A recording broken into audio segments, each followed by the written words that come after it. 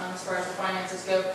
So the state of the algae industry, and I'll go through this really quickly because it's, so there's a lot of media attention, big players like Bill Gates and Richard Branson and these are some big wig guys, especially Richard Branson, who are very committed to this, who have put their money where their mouth are, and who are people that we're talking to right now. It's pretty exciting, actually. And so the time for commercialization is now, and it's funny because we didn't coordinate our slides, but Lloyd also mentioned this race for space, this idea. So President Obama's been really clear about the fact that he wants to take these huge subsidies from companies like ExxonMobil, who are doing record profits from the history of ever, that profits have been calculated, and sort of refunnel these types of incentives and tax credits and all these things to businesses like ours. Well, that's great, and I welcome that. But again, our model doesn't depend on it, and I think that's the biggest piece for us in terms of the finances. So current technologies and what different, I'll give you a little bit of our secret sauce here, is that open pond, you'll see most technology, and if you go to NREL, like Zach mentioned NREL, they've done a lot of research on open ponds, and that's sort of the technology people are moving forward with. It's not going to go anywhere. Open pond has a lot of issues. One is airborne pathogen contamination. It's outside, you can't control that. Climate control is really difficult, even if you're in Florida or New Mexico or someplace like that. And then the photon exposure is only about 2 inches on that surface, so that's why you need 5,000 acres of ponds to try and make that work. Another method is fermentation. It's kind of like when you make beer, you basically just take algae and force feed it sugars, and it doesn't have anything to do with sun or light or anything. There's some potential for that, but what we do is photobioreactors, and primarily most of the industry is still outside of these because they're under the notion that we have to use solar power, photons, in order to grow this algae. We have done away with all of these assumptions, and rightly so, I think. We've taken our photobioreactors indoors. Our production's 24/7. We've isolated parts of the light spectrum so that we know which strains want which part of the light spectrum, and we only feed them that. And so we're basically just creating extremely optimal conditions for algae to grow on a 24/7 basis where we can control it. And the other cool thing about our system is that it's modular and it's scalable. So we can build them to scale, and we are in plans for this for the military, to put them in a container and put them out in theaters so that we can save lives and we can save taxpayer money. We can build a skyscraper of algae if we want. We can have literally a footprint of 1 acre and go vertical with this and create hundreds of millions of gallons of fuel from 1 acre. We can do it in Minnesota. We can do it in Seattle. We can do it here in North Carolina, and we will. So it's pretty exciting, and part of our business model too is that domestic economic revitalization.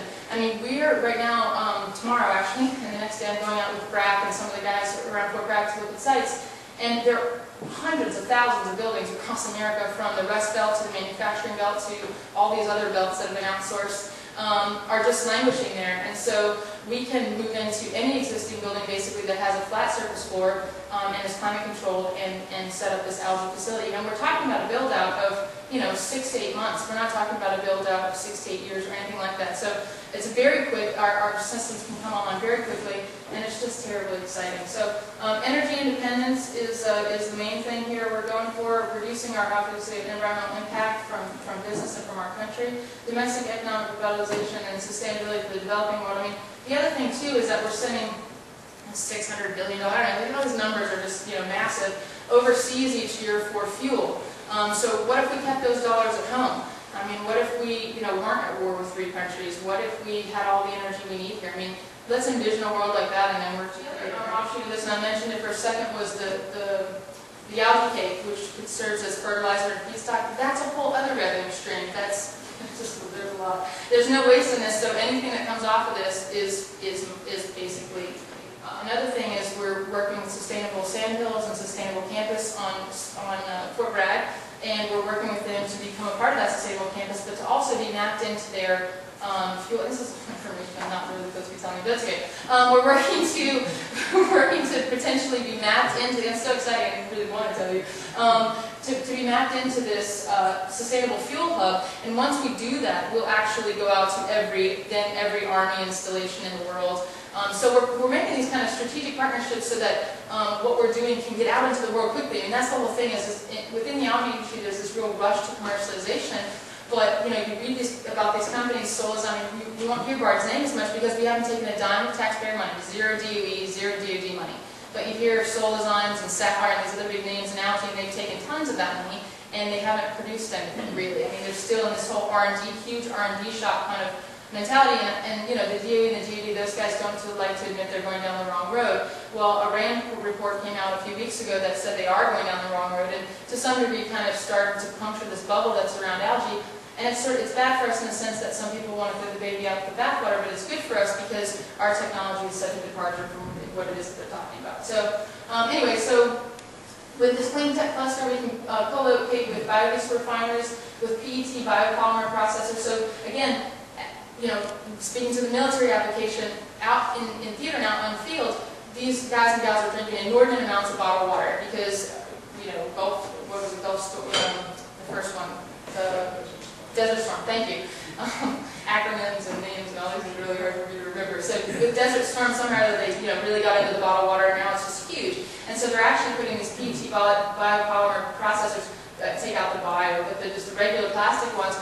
Well, we're working with them and with a local company, again, like what it's talking about, we're working with local companies that have global scale, that are boutique in here in Wilmington called Chemtex.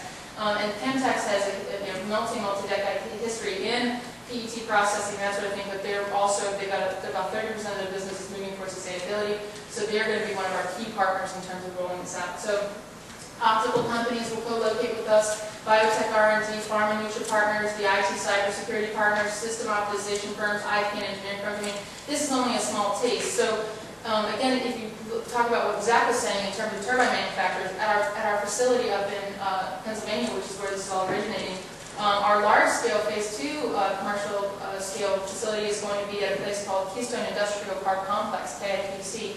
And KIPC used to be a U.S. Steel site, so it's a brownfield site, and now they've been developing it during this enormously ridiculous recession that we've been in. It has moved slowly, but developing it as a green industrial park. And Ganesa, who is one of the largest manufacturers of turbines, has a manufacturing plant there. And so companies like that we have a relationship with, Ganesa and all these other large, you know, I can call Ganesa today and I can tell them that we want them to do this, and they will. And so it's a matter of connecting the right people, which I think the CFEDC is great at doing. It's a matter of exposing what's happening in the other states, like Zach and others are doing, and then bringing the right people to the right place, like Captain Terry Carter and some of these other folks at BRAC are doing. So it's all really exciting stuff.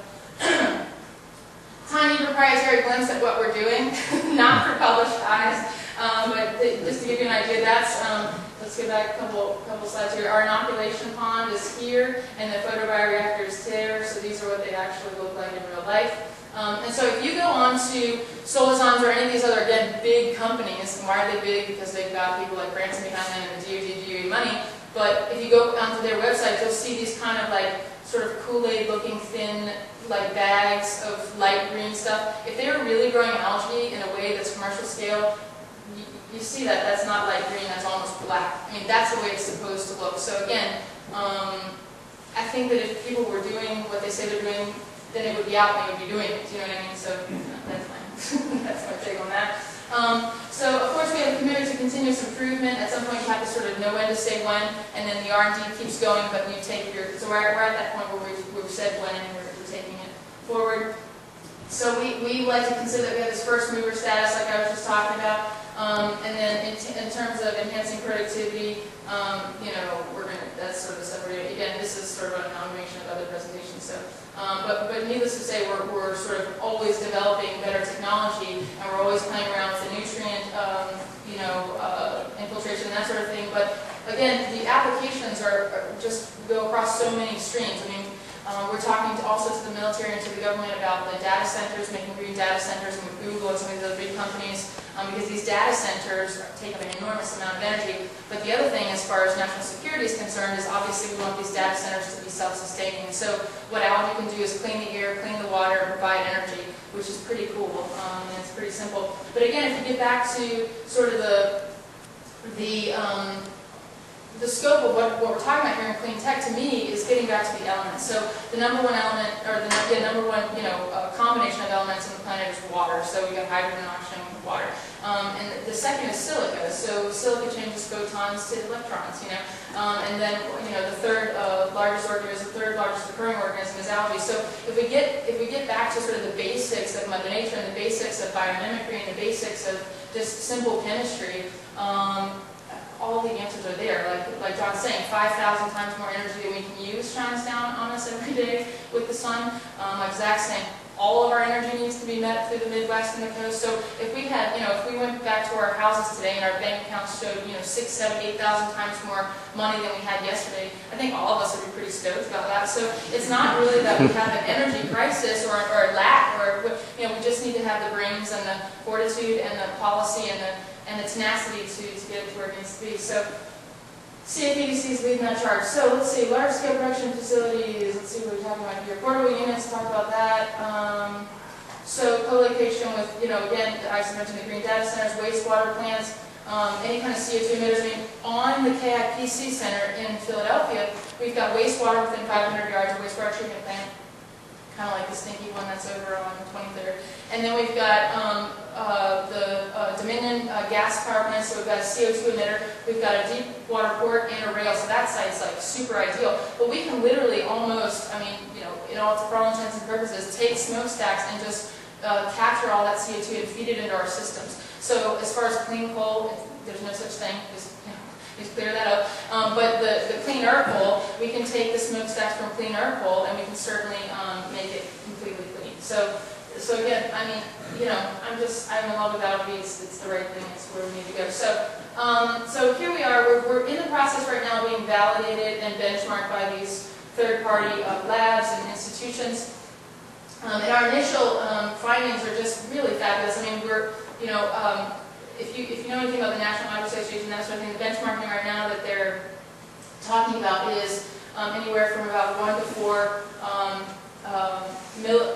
milligrams per liter of mass in terms of algae production. 1 to 4, and 1.5 is about where the industry really is. 1.5 to 2 is considered very very successful. And ours have been benchmarked and conservatively benchmarked at 10.5. So again, all of what we're doing is really off the scales of anything that anybody's doing. So if you go onto blogs or different things, you'll see people going, "What is the bar talking about? They're out of their mind." And it's like, well, yeah, that's what people said about refrigerators, and that's what people said about solar panels, that's what people said about everything before everyone else adopted it, and they said, okay, that's good. So that's kind of where we're at as far as that goes.